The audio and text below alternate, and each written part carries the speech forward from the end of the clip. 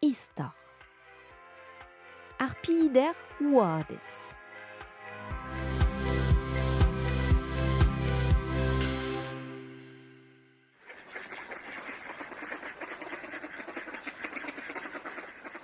War vordik ur stang kwantik ez eus pider ouadez o chom. Bale a reon an eil war lerriben eus ar mintin betek an noz. Me vat ne zavont ket a du. Ne fel ket deo ober an neve leptra.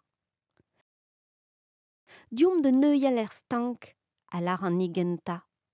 Perag e tibabez ataou ar pez vo greg an yom, a lato.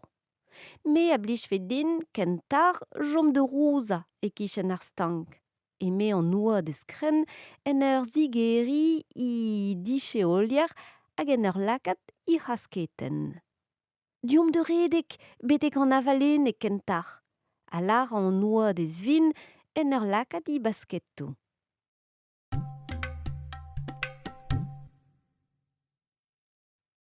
Rei a ra pepini e c'harguzen. C'hoai a reon plus fwen. Pepini zo pennek vel un azen. E fin an abardai no deus kaet emgleo bet. Seti an ter ouadez gwal fachet. Ter? Me plerman ar bider vet ouadez. Felici? Felici? Felici?